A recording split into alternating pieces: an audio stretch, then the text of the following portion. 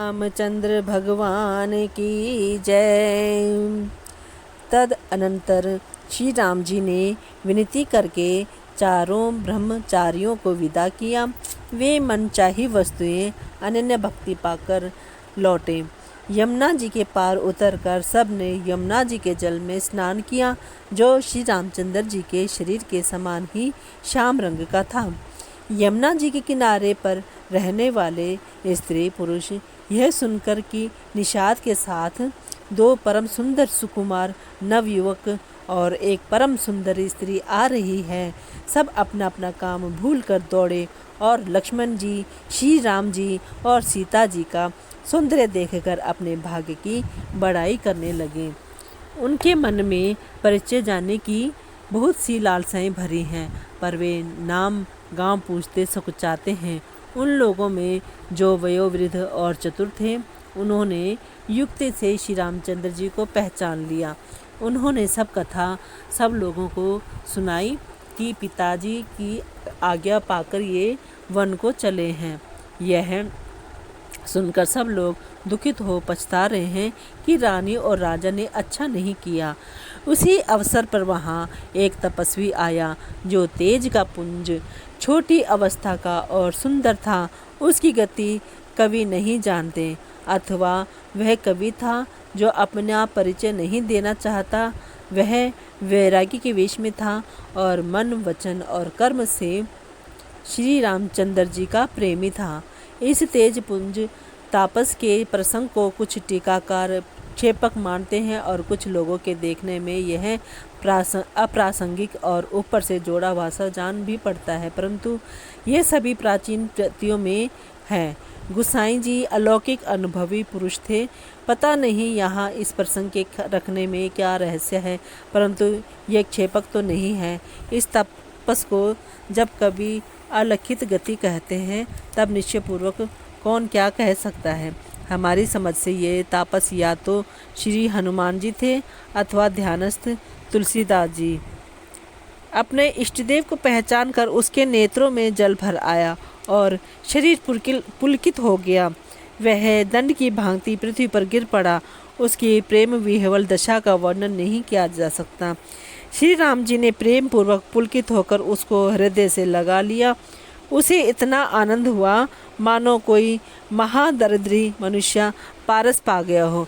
सब कोई देखने वाले कहने लगे कि मानो प्रेम और परमार्थ परम तत्व दोनों शरीर धारण करके मिल रहे हैं। फिर वह लक्ष्मण जी के चरणों लगा। उन्होंने प्रेम से उमंग कर उसको उठा लिया। फिर उसने सीता जी के चरण धूलि को अपने सिर पर धारण किया। माता सीता जी ने भी उसको अपना छोटा बच्चा जानकर आशीर्वाद दिया। फिर निषाद राज ने उसको दंडवत की। श्री रामचंद्र जी का प्रेम जानकर वह उस निषाद से आनंदित होकर मिला। वह तपस्वी अपने नेत्र रूपी दोनों से श्री राम जी की सौंदर्य सुधा का पान करने लगा और ऐसा आनंदित हुआ जैसे कोई भूखा आदमी सुंदर भोजन पाकर आनंदित होता है। इधर गांव की स्त्रियां कह रही हैं, हे सखी, कहो तो वे माता पिता कैसे हैं जिन्होंने ऐसे सुंदर सुकुमार बालकों को वन में भेज दिया है। श्री राम जी, लक्ष्मण जी और सीता जी के रूप को देखकर सब स्त्री पुरुष स्नेह से व्याकुल हो जाते हैं। तब श्री रामचंद्र जी ने सखा गुह को अनेकों तरह से घर लौट जाने के लिए समझाया। श्री रामचंद्र जी की आज्ञा को सिर चढ़ाकर उसने अपने घर को गमन किया।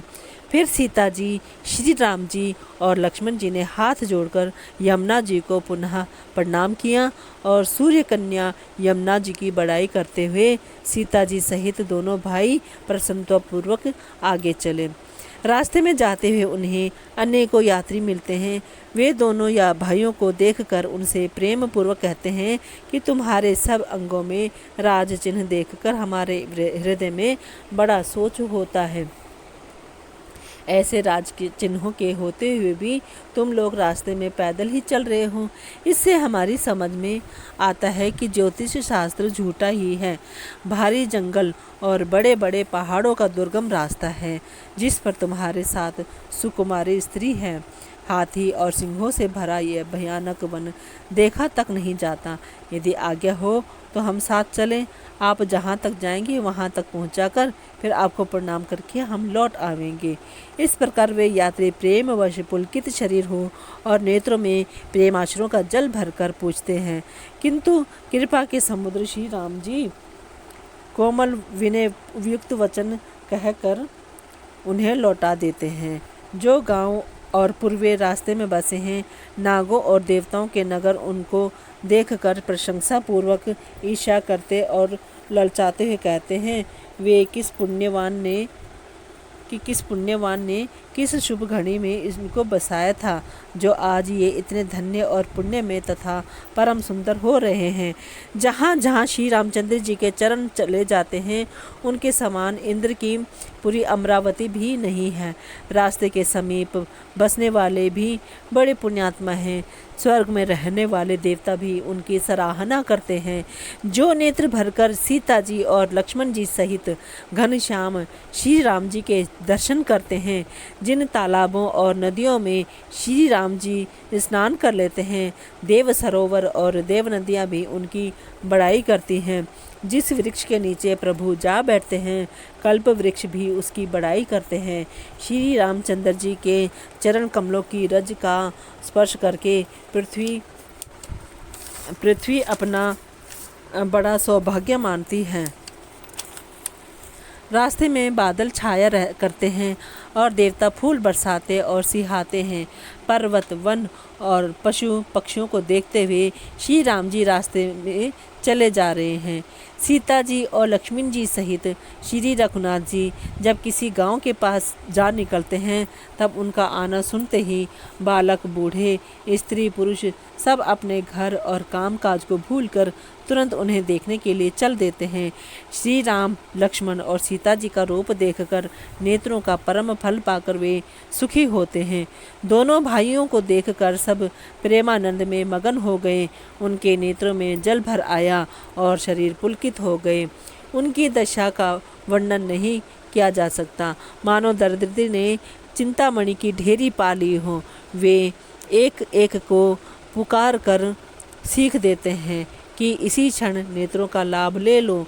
कोई श्री रामचंद्र जी को देखकर ऐसे अनुराग में भर गए हैं कि वे उन्हें देखते हुए उनके साथ चले जा रहे हैं।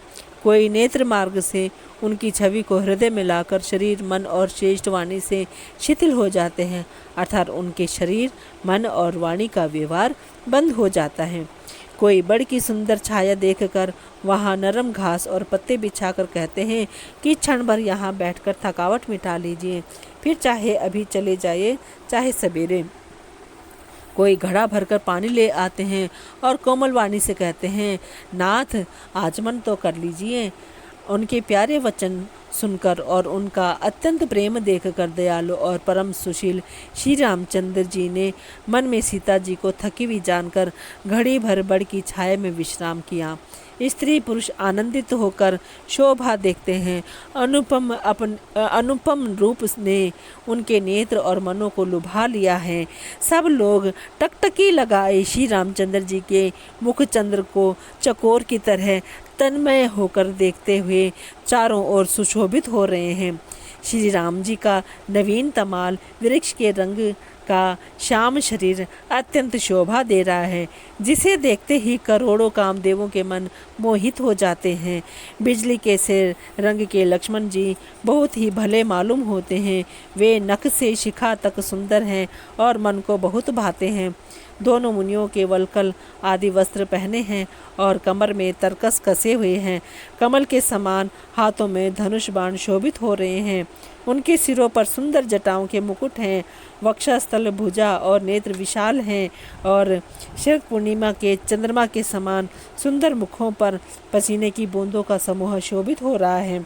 उस मनोहर जोड़ी का वर्णन नहीं किया जा सकता, क्योंकि शोभा बहुत अधिक है और मेरी बुद्धि थोड़ी है। श्री राम, लक्ष्मण और सीता जी की सुंदरता को सब लोग मन, चित्त और बुद्धि तीनों को लगाकर देख रहे हैं। प्रेम के प्यासे वे गांव के स्त्री पुरुष इनके सौंदर्य माधुर्य की छटा देखकर ऐसे थकित रह गए जैसे दीपक को देखकर हिरनी और हिरण स्तब्ध रह जाते हैं। गांव की स्त्रियां सीता जी के पास जाती हैं, परंतु अत्यंत स्नेह के कारण पूछते सकुचाती हैं, बार बार उनके पांव लगती और सहज ही सीधे सादे कोमल वचन कहती हैं, हे राजकुमारी, हम विनती करती कुछ निवेदन करना चाहती हैं, किंतु स्त्री स्वभाव के कारण कुछ पूछते हुए डरती हैं। हे स्वामिनी, हमारी ढिठाई क्षमा कीजिएगा और हमारी गंवारी जानकर बुरा न मानिएगा। दोनों राजकुमार स्वभाव से ही लावण्यमय परम सुंदर हैं। मरकतमणि, पन्ने और सुवर्ण ने कांति इन्हीं से पाई है, अर्थात मरकतमणि में और स्वर्ण में जो हरित और स्वर्ण वर्ण की आभा है वह इनकी हरिताभ नील और स्वर्ण कांति के एक कण के बराबर भी नहीं है। श्याम और गौर वर्ण है, सुंदर किशोर अवस्था है। दोनों ही परम सुंदर और शोभा के धाम हैं। शरद पूर्णिमा के चंद्रमा के समान इनके मुख और शरद ऋतु के कमल के समान इनके नेत्र हैं। हे सुमुखी, कहो तो अपनी सुंदरता से करोड़ों कामदेवों को लजाने वाले ये तुम्हारे कौन हैं? उनकी ऐसी प्रेममयी सुंदर वाणी सुनकर सीता जी सकुचा गईं और मन ही मन मुस्कुराईं। उत्तम गौर वर्ण वाली सीता जी उनको देखकर संकोचवश पृथ्वी की ओर देखती हैं। वे दोनों ओर के संकोच से सकुचा रही हैं, अर्थात ना बताने में ग्राम की स्त्रियों को दुख होने का संकोच है और बताने में लज्जा रूप संकोच। हिरण के बच्चे के सदृश नेत्र वाली और कोकिल की सी वाणी वाली सीता जी सकुचा कर प्रेम सहित मधुर वचन बोली। ये जो सहज स्वभाव सुंदर और गोरे शरीर के हैं उनका नाम लक्ष्मण है। ये मेरे छोटे देवर हैं। फिर सीता जी ने लज्जावश अपने चंद्रमुख को आंचल से ढककर और प्रियतम श्री राम जी की ओर निहार कर भौहें टेढ़ी करके खंजन पक्षी के से सुंदर नेत्रों को तिरछा करके सीता जी ने इशारे से उन्हें कहा कि ये श्री रामचंद्र जी मेरे पति हैं। यह जानकर गांव की सब युवती स्त्रियां इस तरह आनंदित हुई मानो कंगालों ने धन की राशियां लूट ली हों। वे अत्यंत प्रेम से सीता जी के पैरों पड़कर बहुत प्रकार से आशीष देती हैं, शुभ कामना करती हैं कि जब तक शेष जी के सिर पर पृथ्वी रहे तब तक तुम सदा सुहागिनी बनी रहो और पार्वती जी के समान अपने पति की प्यारी हो। हे देवी, हम पर कृपा न छोड़ना, बनाए रखना। हम बार बार हाथ जोड़कर विनती करती हैं जिसमें आप फिर इसी रास्ते लौटें और हमें अपनी दासी जानकर दर्शन दें। सीता जी ने उन सबको प्रेम की प्यासी देखा और मधुर वचन कह कर उनका भली भांति संतोष किया, मानो चांदनी ने कुमुदिनियों को खिलाकर पुष्ट कर दिया हो। उसी समय श्री रामचंद्र जी का रुख जानकर लक्ष्मण जी ने कोमल वाणी से लोगों से रास्ता पूछा। ये सुनते ही स्त्री पुरुष दुखी हो गए, उनके शरीर पुलकित हो गए और नेत्रों में वियोग की संभावना से प्रेम का जल भर आया। उनका आनंद मिट गया और ऐसे उदास हो गए मानो विधाता दी हुई संपत्ति छीन लेता हो। कर्म की गति समझकर उन्होंने धैर्य धारण किया और अच्छी तरह निर्णय करके सुगम मार्ग बतला दिया। तब लक्ष्मण जी और जानकी जी सहित श्री रघुनाथ जी ने गमन किया और सब लोगों को प्रिय वचन कहकर लौटाया, किंतु उनके मनों को अपने साथ ही लगा लिया। लौटते हुए वे स्त्री पुरुष बहुत ही पछताते हैं और मन ही मन दैव को दोष देते हैं। परस्पर बड़े ही विषाद के साथ कहते हैं कि विधाता के सभी काम उल्टे हैं। वे विधाता बिल्कुल निरंकुश, स्वतंत्र, निर्दय और निडर हैं, जिसने चंद्रमा को रोगी, घटने बढ़ने वाला और कलंकी बनाया, कल्प वृक्ष को पेड़ और समुद्र को खारा बनाया। उसी ने इन राजकुमारों को वन में भेजा है। जब विधाता ने इनको वनवास दिया है तब उसके भोग विलास व्यर्थ ही बनाए। जब ये बिना जूते के नंगे ही पैरों रास्ते में चल रहे हैं तब विधाता ने अनेकों वाहन सवारियां व्यर्थ ही रचे। अब ये कुश और पत्ते बिछाकर जमीन पर ही पड़े रहते हैं। तब विधाता सुंदर सेज, पलंग और बिछौने किस लिए बनाता है? विधाता ने जब इनको बड़े बड़े पेड़ों के नीचे का निवास दिया, तब उज्जवल महलों को बना बना कर उसने व्यर्थ ही परिश्रम किया। जो ये सुंदर और अत्यंत सुकुमार होकर मुनियों के वल्कल वस्त्र पहनते और जटा धारण करते हैं, तो फिर करतार विधाता ने भांति भांति के गहने और कपड़े वृथा ही बनाए। जो ये कंद मूल फल खाते हैं, तो जगत में अमृत आदि भोजन व्यर्थ ही हैं। कोई एक कहते हैं ये स्वभाव से ही सुंदर हैं, इनका सौंदर्य माधुर्य नित्य और स्वाभाविक है, ये अपने आप प्रकट हुए हैं, ब्रह्मा के बनाए नहीं हैं। हमारे कानों, नेत्रों और मन के द्वारा अनुभव में आने वाली विधाता की करनी को जहाँ तक वेदों ने वर्णन करके कहा है, वहाँ तक 14 लोकों में ढूंढ देखो, ऐसे पुरुष और ऐसी स्त्रियां कहाँ हैं? कहीं भी नहीं हैं। इसी से सिद्ध है कि ये विधाता के 14 लोकों से अलग हैं और अपनी महिमा से ही आप निर्मित हुए हैं। इन्हें देखकर विधाता का मन अनुरक्त हो गया। तब वह भी इन्हीं के उपमा के योग्य दूसरे स्त्री पुरुष बनाने लगा। उसने बहुत परिश्रम किया, परंतु कोई इसकी अटकल में ही नहीं आए, पूरे नहीं उतरे। इसी ईर्ष्या के मारे उसने इनको जंगल में लाकर छिपा दिया है। कोई एक कहते हैं हम बहुत नहीं जानते हैं, पर हाँ अपने को परम धन्य अवश्य मानते हैं जो इनके दर्शन कर रहे हैं, और हमारी समझ में वे भी बड़े पुण्यवान हैं जिन्होंने इनको देखा है, जो देख रहे हैं और जो देखेंगे। इस प्रकार प्रिय वचन कह कहकर सब नेत्रों में प्रेम आश्रुओं का जल भर लेते हैं और कहते हैं कि ये अत्यंत सुकुमार शरीर वाले दुर्गम कठिन मार्ग में कैसे चलेंगे। स्त्रियां प्रेम स्नेहवश विकल हो जाती हैं, मानो संध्या के समय चकवी भाविवियों की पीड़ा से सोह रही हों, दुखी हो रही हों। इनके चरण कमलों को कोमल तथा मार्ग को कठोर जानकर वे व्यथित हृदय से उत्तम वाणी कहती हैं। इनके कोमल और लाल लाल चरणों को छूते ही पृथ्वी वैसे ही सकुचा जाती हैं जैसे हमारे हृदय सकुचा रहे हैं। जगदीश्वर ने यदि इन्हें वनवास ही दिया है, तो सारे रास्ते को पुष्पमय क्यों नहीं बना दिया। यदि ब्रह्मा से मांगे मिले तो हे सखी, हम तो उनसे मांग कर इन्हें अपनी आँखों में ही रखें। जो स्त्री पुरुष इस अवसर पर नहीं आए, वे श्री सीताराम जी को नहीं देख सके। उनके सौंदर्य को सुनकर वे व्याकुल होकर पूछते हैं कि भाई अब तक ये कहाँ तक गए होंगे, और जो समर्थ हैं वे दौड़ते हुए जाकर उनके दर्शन कर लेते हैं और जन्म का परम फल पाकर विशेष आनंदित होकर लौटते हैं। गर्भवती, प्रसूता आदि अबला स्त्रियां, बच्चे और बूढ़े दर्शन ना पाने से हाथ मलते और पछताते हैं। इस प्रकार जहाँ जहाँ श्री रामचंद्र जी जाते हैं, वहाँ वहाँ लोग प्रेम के वश में हो जाते हैं।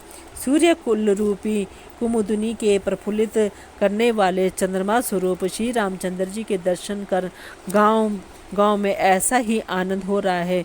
जो लोग वनवास दिए जाने का कुछ भी समाचार सुन पाते हैं, वे राजा रानी दशरथ कैकेयी को दोष लगाते हैं। कोई एक कहते हैं कि राजा बहुत ही अच्छे हैं जिन्होंने हमें अपने नेत्रों का लाभ दिया। स्त्री पुरुष सभी आपस में सीधी स्नेह भरी सुंदर बातें कह रहे हैं।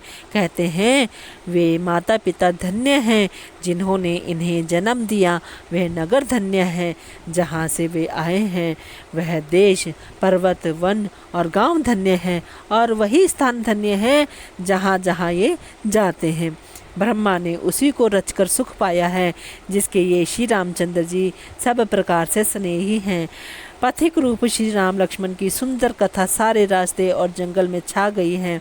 रघुकुल रूपी कमल के खिलाने वाले सूर्य श्री रामचंद्र जी इस प्रकार मार्ग के लोगों को सुख देते हुए सीता जी और लक्ष्मण जी सहित वन को देखते हुए चले जा रहे हैं। अपने श्री राम जी हैं, आगे श्री राम जी हैं, पीछे लक्ष्मण जी सुशोभित हैं। तपस्वियों के वेश बनाए दोनों बड़े ही शोभा पा रहे हैं। दोनों के बीच में सीता जी कैसी सुशोभित हो रही है, जैसे ब्रह्म और जीव के बीच में माया। फिर जैसी छवि मेरे मन में बस रही है उसको कहता हूँ। मानो वसंत ऋतु और कामदेव के बीच में रति कामदेव की स्त्री शोभित हो। फिर अपने हृदय में खोज कर उपमा कहता हूँ कि मानो बुध चंद्रमा के पुत्र और चंद्रमा के बीच में रोहिणी चंद्रमा की स्त्री सोह रही हो। प्रभु श्री रामचंद्र जी के जमीन पर अंकित होने वाले दोनों चरण चिन्हों के बीच बीच में पैर रखती हुई सीता जी कहीं भगवान के चरण चिन्हों पर पैर ना टिक जाए, इस बात से डरती हुई मार्ग में चल रही हैं। और लक्ष्मण जी मर्यादा की रक्षा के लिए सीता जी और श्री रामचंद्र जी दोनों के चरण चिन्हों को बचाते हैं, उन्हें दाहिने रखकर रास्ता चल रहे हैं। श्री राम जी, लक्ष्मण जी और सीता जी की सुंदर प्रीति वाणी का विषय नहीं है, अर्थात अनिवर्चनीय है, अतः वह कैसे कही जा सकती है। पक्षी और पशु भी उस छवि को देखकर प्रेमानंद में मगन हो जाते हैं। पथिक रूप श्री रामचंद्र जी ने उनके बीच भी चित्त चुरा लिए हैं। प्यारे पथिक सीता जी सहित दोनों भाइयों को जिन जिन लोगों ने देखा, उन्होंने भव का अगम मार्ग, जन्म मृत्यु रूपी संसार में भटकने का भयानक मार्ग बिना ही परिश्रम आनंद के साथ तय कर लिया, अर्थात वे आगमन के चक्र से सहज ही छूटकर मुक्त हो गए। आज भी जिसके हृदय में स्वप्न में भी कभी लक्ष्मण सीता राम तीनों बटोही आ बसे, तो वह भी श्री राम जी के परम धाम के उस मार्ग को पा जाएगा जिस मार्ग को कभी कोई बिल्ले ही मुनि जा पाते हैं। तब श्री रामचंद्र जी सीता जी को थकी हुई जानकर और समीप ही एक बड़ का वृक्ष और ठंडा पानी देखकर उस दिन वहीं ठहर गए। कंदमूल फल खाकर रात भर वहाँ रहकर प्रातःकाल स्नान करके श्री रघुनाथ जी आगे चले। सुंदर वन, तालाब और पर्वत देखते हुए श्री रामचंद्र जी वाल्मीकि जी के आश्रम में आए। श्री रामचंद्र जी ने देखा कि मुनि का निवास स्थान बहुत सुंदर है, जहाँ सुंदर पर्वत, वन और पवित्र जल हैं।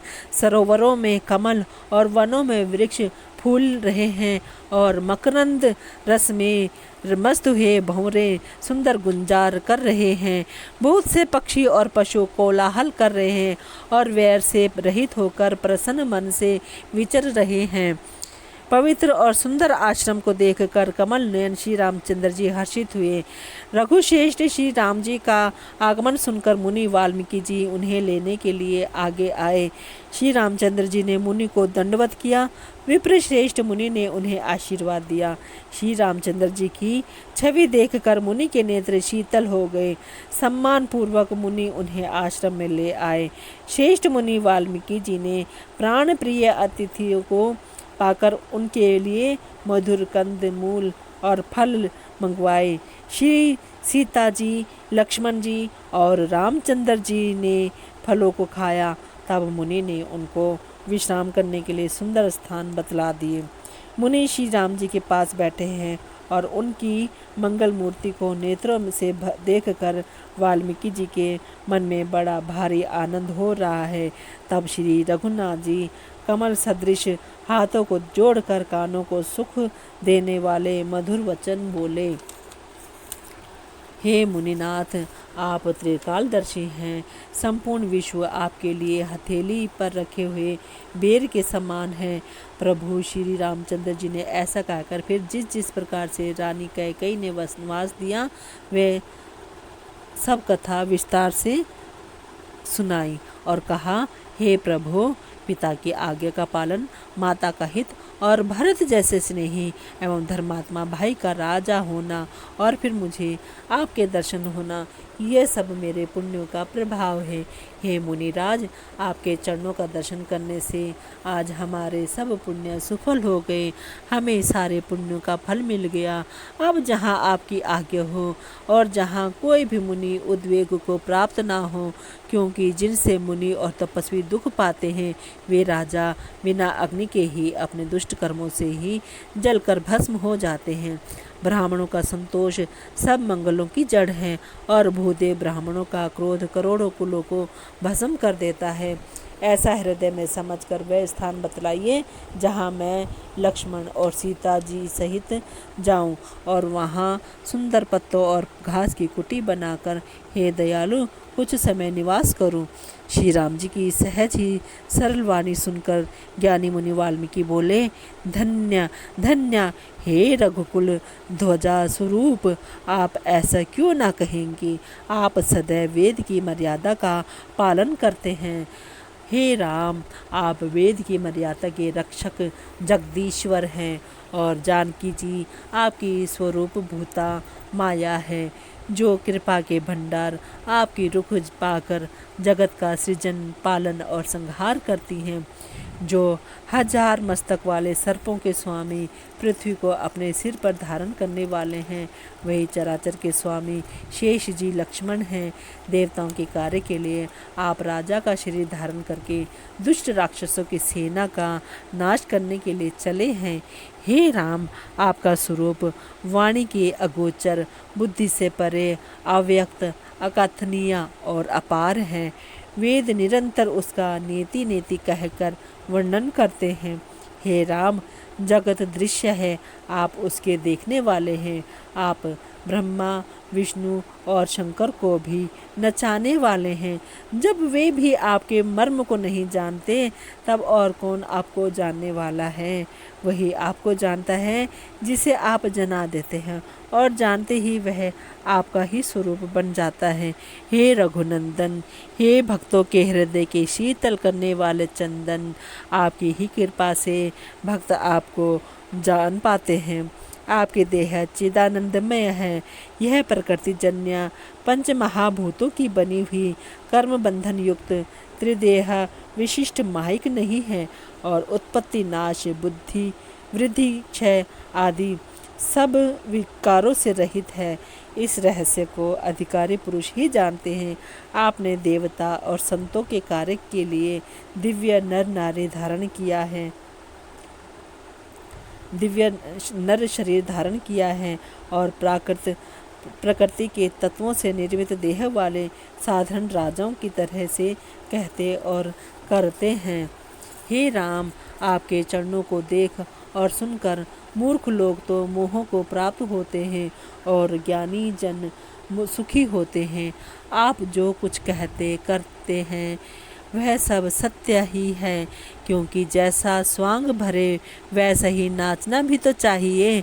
इस समय आप मनुष्य रूप में हैं, अतः मनुष्योचित व्यवहार करना ठीक ही है। आपने मुझसे पूछा कि मैं कहाँ रहूं, परंतु मैं यह पूछते सकुचाता हूँ कि जहाँ आप ना हो वह स्थान बता दीजिए, तब मैं आपके रहने के लिए स्थान दिखाऊं। मुनि के प्रेम रस से सने हुए वचन सुनकर श्री रामचंद्र जी रहस्य खुल जाने के डर से सकुचाकर मन में मुस्कुराए।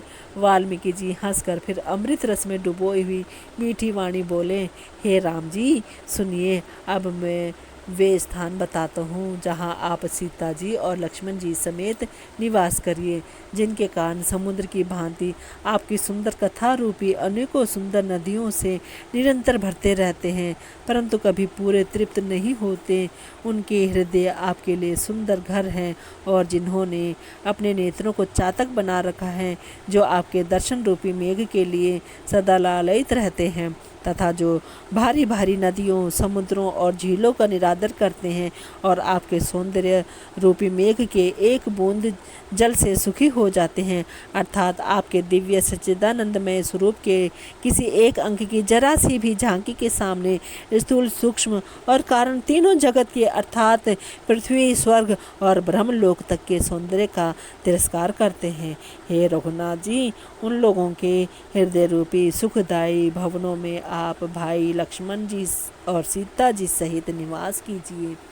आपके यश रूपी निर्मल मानसरों में जिसकी जीभ हंसनी बनी हुई आपके गुण समूह रूपी मोतियों को चुगती रहती है, हे राम जी, आपके उस हृदय में बसिए जिसकी नासिका प्रभु आपके पवित्र और सुगंधित सुंदर प्रसाद को नित्य आदर के साथ ग्रहण करती है, और जो आपको अर्पण करके भोजन करते हैं और आपके प्रसाद रूप पर ही वस्त्राभूषण धारण करते हैं, जिनके मस्तक देवता, गुरु और ब्राह्मणों को देखकर बड़ी नम्रता के साथ प्रेम सहित झुक जाते हैं, जिनके हाथ नित्य श्री रामचंद्र जी के चरणों की पूजा करते हैं और जिनके हृदय में श्री रामचंद्र जी का ही भरोसा है, दूसरा नहीं, तथा जिनके चरण श्री रामचंद्र जी के तीर्थों में चलकर जाते हैं, हे राम जी, आप उनके मन में निवास कीजिए, जो नित्य आपके राम नाम रूप